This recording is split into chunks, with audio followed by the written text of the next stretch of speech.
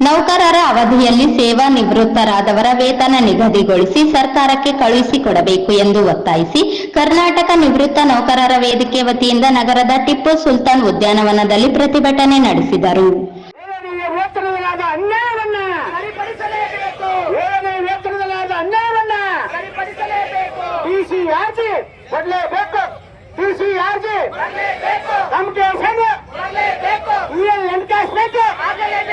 ಮೂರು ಬೇಡಿಕೆಗಳು ಈಡೇರಲೇಬೇಕು.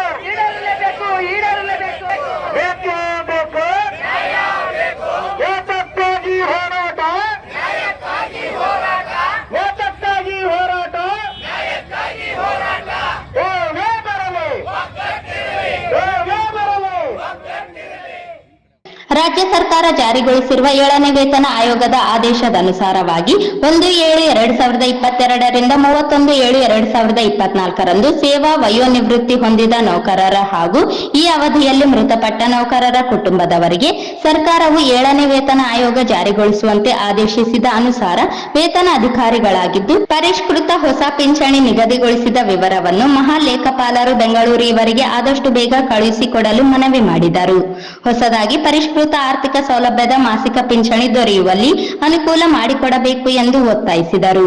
ನಿವೃತ್ತಿ ಹೊಂದಿದ ನೌಕರರನ್ನು ಸರ್ಕಾರ ಕಡೆಗಣಿಸಿದೆ. ವಿಶ್ರಾಂತ ಜೀವನಕ್ಕಾಗಿ ನೀಡಬೇಕಾದ ನ್ಯಾಯಯುತ ಸೌಲಭ್ಯದಿಂದ ವಂಚಿತವಾಗಿದ್ದೇವೆ. ಸರ್ಕಾರ ಕೂಡಲೇ ಬೇಡಿಕೆ ಈಡೇರಿಸುವಂತೆ ಮನವಿ ಮಾಡಿದರು.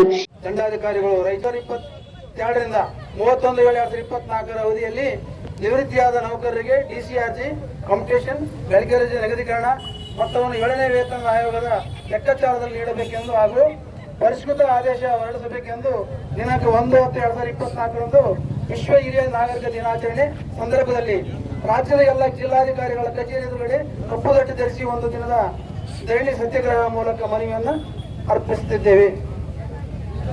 ಈ ಮೂಲಕ ದಿನಾಂಕ 1/7/2022 ರಿಂದ 31/7/2024 ಅವಧಿಯಲ್ಲಿ ನಿವೃತ್ತರಾದ ನೌಕರರಿಗೆ 7ನೇ ವೇತನ ಆಯೋಗದಲ್ಲಿ ಅನುಸಾರ ನಿವೃತ್ತಿ ಆರ್ಥಿಕ ಸೌಲಭ್ಯದಿಂದ ವಂಚಿತರಾಗಿ 6ನೇ ವೇತನ ಆಯೋಗದ ಅನುಸಾರ ನಿವೃತ್ತಿ ಆರ್ಥಿಕ ಸೌಲಭ್ಯ ನೀಡಲಾಗಿದೆ.